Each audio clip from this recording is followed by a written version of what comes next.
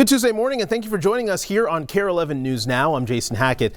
Let's get to your headlines. Happening right now, we are experiencing wintry conditions to our south. This is a look at the radar where you can see a system making its way across the state. Our weather team has declared a weather impact alert day because of the possible impact to your day. We're going to check in with the weather team in just a little bit. But first, we have an update this morning on breaking news we brought you on Sunrise yesterday. Right now, a northern Minnesota sheriff's deputy is at home recovering after he was hurt in a shootout. The Cass County Sheriff says the deputy was shot in the thigh Sunday night in Turtle Lake Township near Walker. The sheriff says deputies were investigating reports of gunshots near homes when they came across a man who then took off running. Later, they say there was a shootout and that man died on the scene. The BCA is investigating. A 16-year-old is in the hospital this morning after being shot in broad daylight in Minneapolis. Police say the boy was shot near Cedar Avenue and East Lake Street around 3:30 yesterday afternoon. Thankfully, he's expected to be okay, but no arrests have been made yet. There's also no word on what led up to the shooting. This morning, the St. Paul community is remembering a woman killed in a hit and run last week. This happened a few blocks from Allianz Field near St. Anthony Avenue and Aldine Street. The man accused of killing her is in court this morning. Audrey Russo has details. That's right. 39-year-old Michael Smith is set to face a judge at 9 o'clock this morning. He's facing a charge of criminal vehicular homicide. And this all comes after a night of neighbors in St. Paul demanding safer streets. Amber Deneen was remembered at a vigil last night as a wife, as a friend, as an artist, and as an animal lover. Now, her two dogs were also hit in Thursday's crash, but they are expected to survive. Court documents say Smith told police he didn't remember hitting anyone. Neighbors say that area near Aldine and St. Anthony is known for speeding and drag racing. One person we spoke to says he's called the city 10 times in the last year alone, asking for more lighting, speed bumps, and a traffic signal. The solution to this problem is not hard, and the consequences for doing nothing are unacceptable. We've tried every way to get them to do something about the street. Now, we did reach out to the St. Paul Public Works Department. They declined to answer our questions, instead referring us back to the police department, citing the active investigation. Back to you. Audrey, thank you. This morning, two new senators will be sworn into the Minnesota Senate. Senator-elect Amanda Hemmingson Yager and Michael Holmstrom will take their oaths at returning the chamber to 67 members. Representative Hemmingson Yager left her seat in the House to move into the position. Governor Tim Walz just issued a writ of special election to fill her seat. This also applies for St. Paul Mayor-elect Kali Herr's seat, which was officially vacated as of midnight. Candidacy filing for that starts today. The primaries are December 16th, with the special election on January 27th. It is that time of year where many of us are getting our property tax statements for next year, and it is not looking pretty. Across the board, local governments like cities and counties are almost universally proposing property tax levy increases. According to preliminary state data, the total property tax increase could add up to nearly $1 billion. The reasons behind the increases are complex, but some factors include rising costs and state and federal mandates shifting more costs onto counties. The biggest concern that we have, aside from the sticker shock of this year, is our concern that this plays out next year and the year after. Because some of the shifts that we're talking about here are simply historic, and we're concerned about our ability to sustainably budget for them.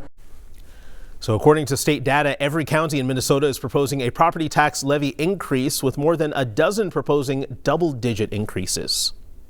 Nearly 2 months after a baby's death at a daycare in Savage, we have new details about the direction of the investigation. Morgan Wolf pored over newly released search warrants, and she has what she learned.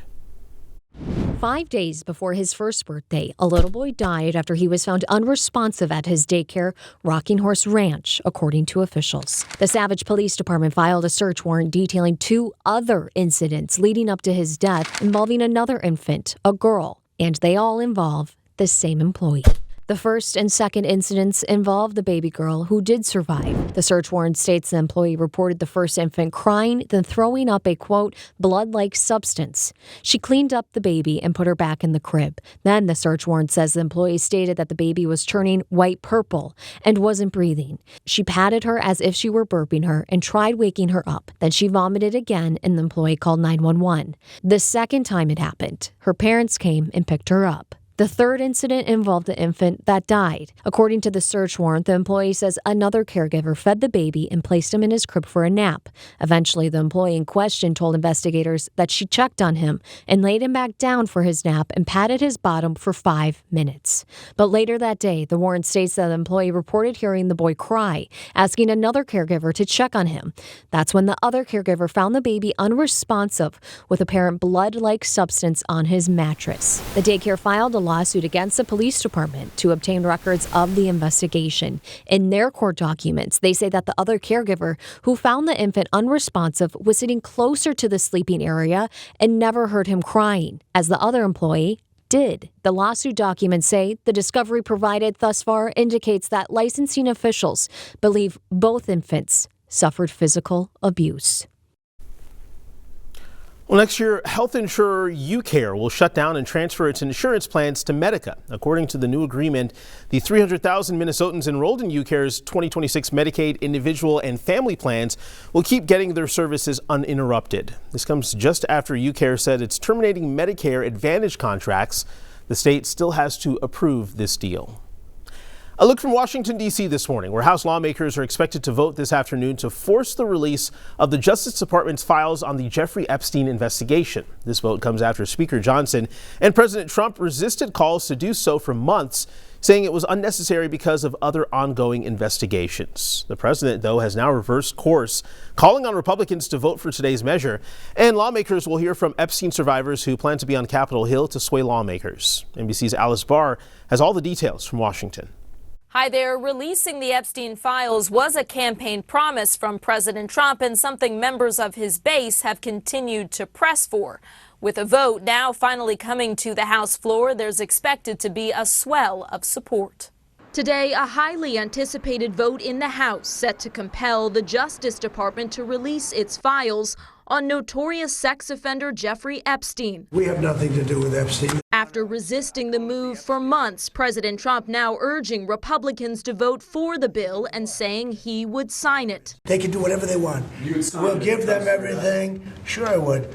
Let the Senate look at it. Let anybody look at it. That as it grows increasingly clear the House has the votes to pass it. We were working all weekend and had almost 100 Republicans who were going to vote for a bill in defiance of Donald Trump. Now, with the president's backing, everybody's voting for it. So you're voting for it because everyone's voting for it. Everybody's going to vote. Republican Congressman Thomas Massie, who's been leading the charge for the files release, saying he's worried new investigations President Trump asked the DOJ to open could block the release of information. I believe they may be trying to use those investigations as a predicate for not releasing the files. President Trump, who socialized with Epstein decades ago before cutting ties, has not been accused of any wrongdoing related to Epstein's crimes.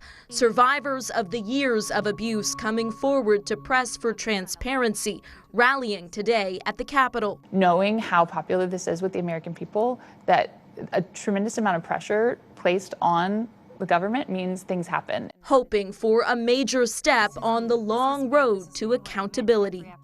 The new investigations President Trump requested center on Democrats who are mentioned along with President Trump and other high-profile figures in a newly released batch of emails that set the stage for today's vote in the House. The Senate could then take the issue up as soon as this week. In Washington, Alice Barr, NBC News. We are just over 1 week away from Thanksgiving, and this morning, AAA is projecting 82 million Americans will travel for the holiday. That's 1.6 million more people from last year, and also a new record. The AAA projects a majority of people, 73 million, will drive to their destination. In the Twin Cities, AAA says the most congested time on the roads will be the Sunday after Thanksgiving, just before 5 p.m. Now, the holiday travel period begins next Tuesday, just over a week after flight restrictions were lifted. But as airports prepare for the busy season, more than 250 food workers at MSP are threatening to go on strike. They say they will walk off the job if they don't reach an agreement with their employer, HMS Host, by midnight next Monday. HMS Host employs workers in both terminals. 12 businesses would be affected, including Starbucks, Shake Shack, Chili's, and Chick-fil-A. Workers say they're in need of better pay and lower health insurance costs, adding that their wages have not kept up with inflation, and some of them have to work 2 full-time jobs to support their families. So it's been tough for the last 3 years to work like this. So I hope the company increase our wages and give us a better raise so I can work only one job. One job should be enough. Union leaders say they've bargained with HMS Host for more than a year and are currently about $1 apart in negotiations.